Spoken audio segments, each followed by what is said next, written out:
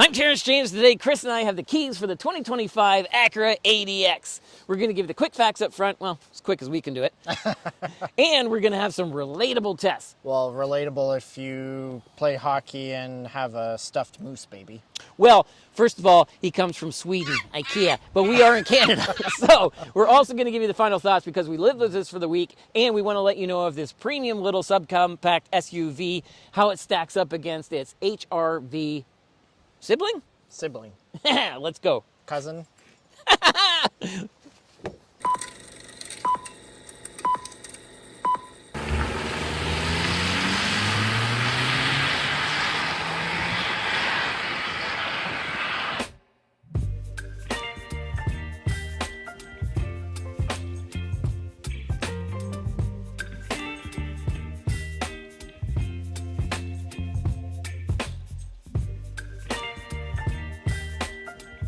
All right, Chris, we are off on our facts portion, and I just love the sound of that screaming CVT. That's a fact, Jack. I'm going to put it back in normal mode, so we don't have to have that. It might bother the viewers. Yeah, well, it sounded like a V12 to me. Sick one. Anyway, all right, so what are we driving here today? We are driving the 2025 Acura ADX Platinum Elite A-Spec all-wheel drive something. Well, I'm glad the windows aren't tinted. I want people to see me in my elite vehicle. So what is a very long name. Right. So kind of like Lexus is to Toyota, Acura is to Honda, right? So This is their, I think 2025 is the first year of this subcompact SUV for Acura. This is the first time Acura has ever decided to bring something out to fit this subcompact crossover segment that is blowing up everywhere. Everybody's buying them. Everybody loves them. Well, that's what I was going to say. Like, what are we talking competition realistically for something like this? I think realistically, where you mentioned Lexus, so of course you can't mention Honda without Toyota. You can't mention Acura without Lexus. So there's the Lexus UX. That one's been around for quite a while now. And I believe it's hybrid? Yes, I believe it right. is So hybrid only. So the advantage of that one is going to be probably 3 liters per 100 better on average, give or take, than something like this. Yeah, I would expect so. And I think if I remember, it's around the same type of power as this, whereas some of those other ones you're looking into the low to mid 200 horsepower range with conventional transmissions, whereas that Lexus is like this, but a little bit more fuel efficient. Yeah. And of course, and as you mentioned, of course, there's the Germans as well. So we've got the BMW X1, Audi Q3, the Mercedes I'm going to GLA. use the same accent for Sweden as well. Yeah, because the Volvo XC40 is technically in that as well. Oh, yep. Yeah, right. The Swedes as well. I forgot about that. And I think that one has a normal transmission as well, and I think it's the most powerful one, maybe around 247 horsepower. But I found that generally speaking, they all seem to be, for one that's like this fully loaded, you're in your mid 50s, and those German ones are a little bit more as well. I think the Volvo is as well, but generally speaking, you're going to be in the mid to high 50s for a well-loaded premium subcompact SUV nowadays.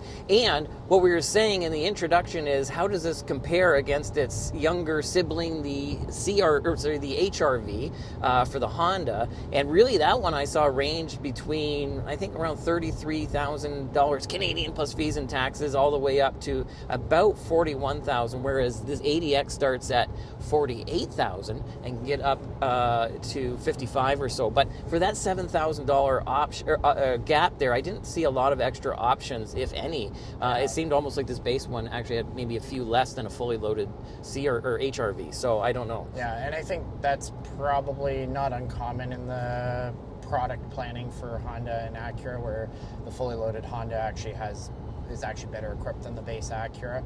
But realistically, nobody's going to buy the base Acura. They're going to go to this A-Spec or model. the Elite, right? And then what you're going to get in something like this over a fully loaded HRV is, I believe you're going to get the built-in Google, which is kind of cool actually. So that way you don't actually have to hook up your phone. All of them have Apple CarPlay and Android Auto, but that's a nice feature. I don't think the HRV might be getting it, because I think that it's going to be having a mid-cycle refresh, but it hasn't gotten the updated infotainment yet. Right. And what else you're going to get is a walk-away hands-free tailgate on this as well. The upgraded Bang & Olufsen. I always thought it was like Bang. Like, yeah, but it's just Bang & Bang & Olufsen. Right. B&O. and ventilated seats, which Yes. is nice. Which we're as not using today. No, we are not. And so when we're talking about just features in here in general, up front, you're going to get everything in the kitchen sink. The only thing that I can think of in a premium vehicle that I don't see in here is heads-up display, but it's not something I really use or like anyway, so that's really not a downside. We generally complain about those systems, so not having it's not a problem. No, and then when we move to the back here, you got the nice panoramic sunroof for the people in the back. It is only 2-zone, but there is vents back there for them. You got 2 USB-Cs, cup holders and all that stuff. And then when we go to the trunk, as we said, this does have a nice hands-free power tailgate that we'll test out, and it does have a 12-volt plug-in. Not as many cargo tie-downs and things like that, but all in all, I think facts-wise, you got a nice little vehicle for the price point, and it's still under the average price of a vehicle in Canada. So let's move on to all of our tests. All right, Chris, it is time for our most important test, our Bare Essentials test with the lens of truth. I need my uppers and downers, please. Downer, There you are. upper, fits. Nice. Need my third appendage, please. There Thank you you. And drum roll. Oh, we should start a band. And charging. Pass. Okay, it is time for our Moose Baby test. Can I stick, or can Chris stick, the car seat in hassle-free without, you wanting to second guess why you had children? This doorway is a little bit narrow, but we'll see. Yeah, we gotta. Well, we're twist all this our guy in. New Year's resolutions. We should be able to fit in there. It's whether you get Moose in there or not. Okay, Moose is in. Next thing is bolting them in. Yeah, kind of buckle Moose in. And also, disclaimer, I wouldn't say that you normally put the car seat in like this as far as regulation goes. But we want to see if it fits. Oh, does it work? Okay. I think Moose Right? Pass. Moose is strapped in.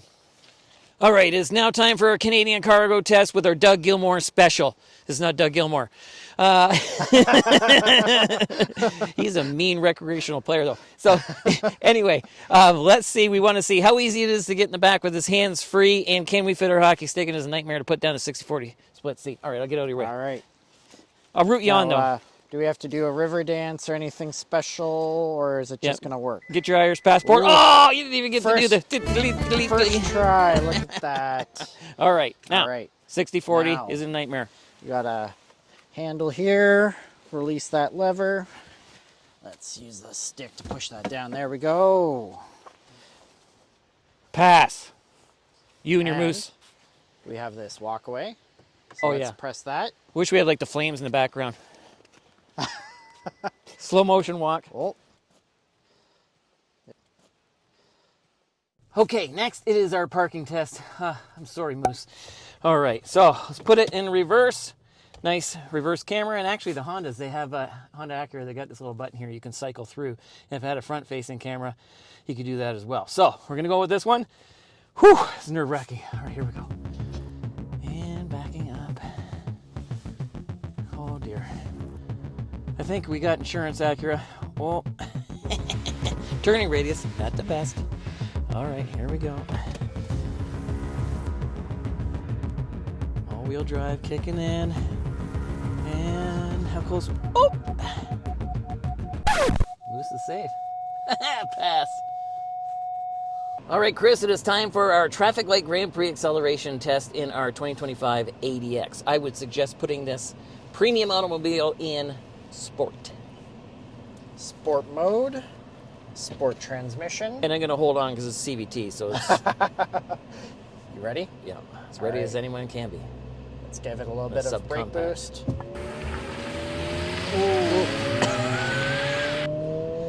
I love the noise. I think that's my favorite. And speed. And hammer on the brakes. Oh! Like an old man in a bath. That's actually not bad for normal brakes, really. No, that was not anywhere near as aggressive as that Golf R, or sorry, that GR Corolla. A solid pass, though. All right, off to the next test. All right, Chris, we are off on our highway and handling test, even though we're not really on a highway, but we're on a back county road. So here's a nice corner, and we're going to try this Acura all-wheel drive system out, and it's a kind of a wet, slippery day. That works good, you know. Yeah, it works pretty good. This one doesn't have the super handling all-wheel drive, though, does it? It's just got a... I don't know. I'll put it up on the screen. I thought that I read that it does manage the torque in the rear, but I might be wrong about that.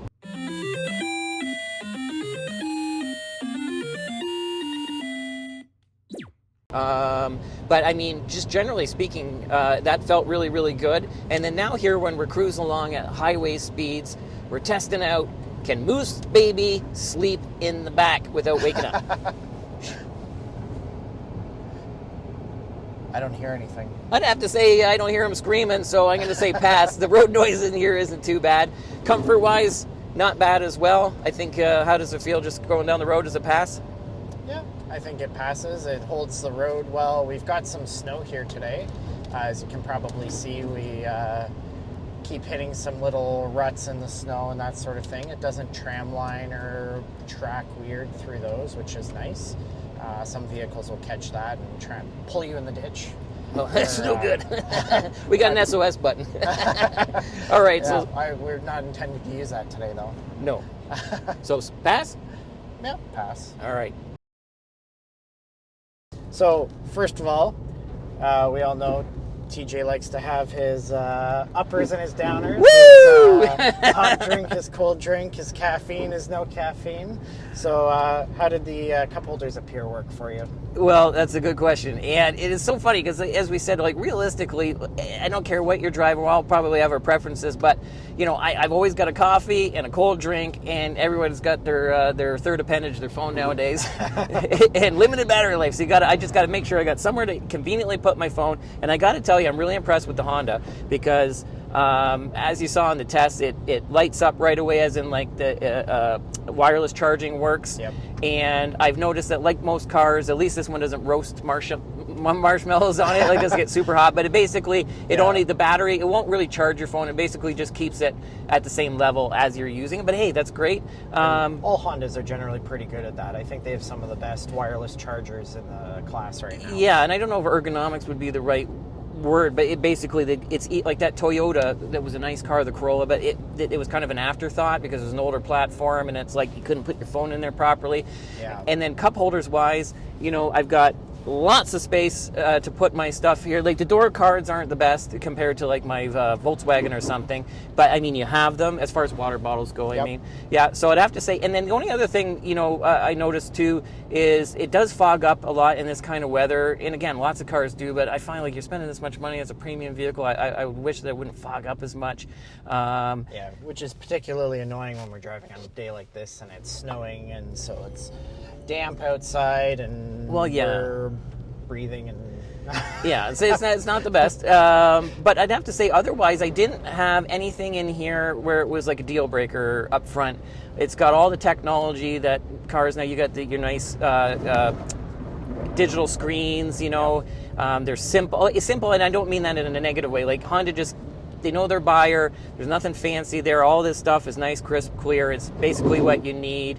It does switch with the modes a little bit. And here, this is the upgraded one. So I do actually like the built-in Google. I did find that handy because sometimes you got your phone in your pocket. It does hook up to wireless CarPlay if you have it synced, but it's just way more convenient. I find. And there is wireless Android Auto in this as well, if you are like me and you've got Android devices. Yeah, exactly. You know, and so that's great. The only thing I did notice was, and again, just being picky, and this is totally subjective, but these seats I found, because we, as you know, we live hours away from where we pick these cars up, so it's a good test on the highway and things like that. And I really enjoyed the drive on the highway. It was quiet and things like that. And the safety system, like the lane keep, it tracked well. All that was great. The only things that I really found was a downside is this being a big chunky vehicle, it gets blown all over the place. Because right when at first I thought the lane keep was messed up, because I was like me bowling. Just bouncing you around between the lanes. Yeah, it was terrible. But then I was like, I took it off, and I was like, no, it's just the wind. It was actually a good system safety wise. Yeah, I think that is because, like you said, it's a bit chunkier, so it catches the wind. We still have that small car footprint, but then it's on stilts, so it catches the wind worse. Right, than a small car might. And the seats. I found after about 6 hours in the car when I got home, my lower back hurt. But I was also messing with the lumbar, and maybe my back wasn't used to it. But generally, they feel a little bit. I don't know. It's not my favorite seat, but they're nice. There are lots of adjustment, heated, ventilated, things like that. Great visibility. Enjoyed that when I was driving. At the CVT, I don't like the noise. To be fair, as we saw with our acceleration braking test, you get up to speed and things like that. It just makes a weird noise. You know. I don't know, but. It's pretty well typical for CVTs, though. Yeah, and also I was surprised it has a little gas tank. I want to say like 50-something liters, and it only gives you about a maximum of 500 kilometers total range if you're driving gingerly. So it's nice when you're filling it up because you can use 87, and it only costs me, around $50 or something like that. It wasn't too bad, but it's almost like an EV in the sense of you only have a limited range compared to some cars. Like my Volkswagen, I think, is about 700 kilometers in a similar size vehicle. So, right. Food for thought on that. But generally speaking, most people don't drive that far where that's going to be an issue. Trunk-wise, the automatic tailgate worked really well. It's nice that you can walk right away from it. We could fit the hockey stick in okay. I like that there's a plug back there. Yeah. I think that walkaway is actually a really nice feature because that's not something that is on any of the Honda products that I'm aware of. I haven't seen it on too many cars, period, No. unless I haven't paid attention. Yeah, I don't think we've ever tested a vehicle that had that. And so when you've got your hands full of stuff... There's that CVT magic! Sorry, keep going. Yeah, we don't want to get run over by that Silverado. No, he's got a weight advantage. So that's what the other thing I didn't mention we didn't mention in the facts, but this is about 3,600 pounds, give or take, which for a small SUV is actually nowadays not too bad when it's just chock full of all this equipment and stuff. So, and then moving into the actual back, where a lot of people in this vehicle are going to spend, people with small families, things like that, or sometimes like real estate agents and stuff, which this car reminds me of. Got enough room for Moose? Well, that's the main thing. We don't. He is the star of the show, and he knows it. Yes, we will get you blue only M&Ms, pal. So, but no, there's a lot of space back there. I like that there's vents. A lot of cars, like even the Civic, which is the same platform, does not have vents back there. And again, a lot of people are going to be putting people back there and things like that. So, it was a nice place to spend time with. So yeah, I'd have to say, feels wise. I've enjoyed my week. I'm just not an SUV type person, but I have to say that compared to some of the competition that you and me have actually had a chance to try, the Acura is kind of like the Mazda, in my opinion, to where there's a focus on driving dynamics. Like, this is a nicely tuned chassis, Yep, I would agree. I think the overall feel of this in general is very Mazda-like, because Mazda also has that premiumness to their vehicles as well, and we get that same sort of premiumness with the same sort of driving feel. Right. So it compares favorably with that as well. Yeah, exactly. We'll lead to our final thoughts, but that's one thing that I do like with the Acura Mazda is they are premium, and you are in that upper price range, but on the same note, you're not to the full extreme of, like your German competition, your Mercedes, BMW, Audi, things like that. Like they're a little bit more affordable. Yes. You get that feel, but without that price tag. Exactly, and that's exactly what they have in their marketing as well, where they say that this is one of their most obtainable vehicles, which is scary to think in the $50,000 price range, but it is what it is nowadays. So anyway, I'm off to do an Uber job to get some more money. So we got room for the people in the back. Off to the final thoughts.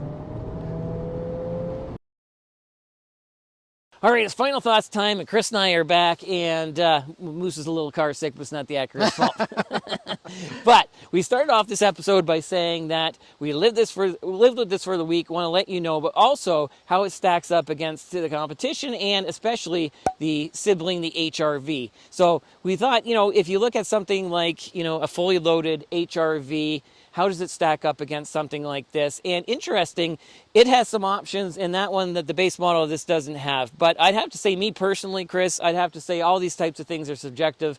It would definitely be worth it if you like something that handles a little bit better. It's a little bit more dynamic, I found, in the week that I had it. And of course, it is more premium. So if you like that look and those types of things, you're definitely going to have it with the Acura. I'd have to say, all in all, I think if you're in the market for a small, which isn't actually that small nowadays, you're not that much smaller than the present day RDX. No, it's probably about the size of my Camry. And you're a Honda person, you know, you're going to come in a little bit cheaper than your BMW that we talked about, the Volvo, and things like that. And, you know, and usually, generally speaking, with the Honda Acura products, you have a lot of reliability and things like that. And that's really where I think this is going to shine. We have that Honda reliability. We have that better price point, a little better value. I think if you're looking for something that is that subcompact luxury crossover kind of thing, it would be hard to do wrong with this, really. Yeah, I'd have to agree. And I'd have to say, thanks for watching. We really do appreciate it. Please watch more videos. That really, really does help. And if you haven't considered subscribing, please subscribe and go on over to Meta, because on Meta, Chris here is a professional writer. He has a lot more in-depth information. If you are looking at buying one of these, it's great information as well. And we've got a lot of fun, engaging videos as well. Yep, exactly. And there will be an article on this ADX coming soon. I'm going to write my own article and then text it directly to Mom and talk about how you got to hit the red button. Okay, Mom, it is, you know, that one right there.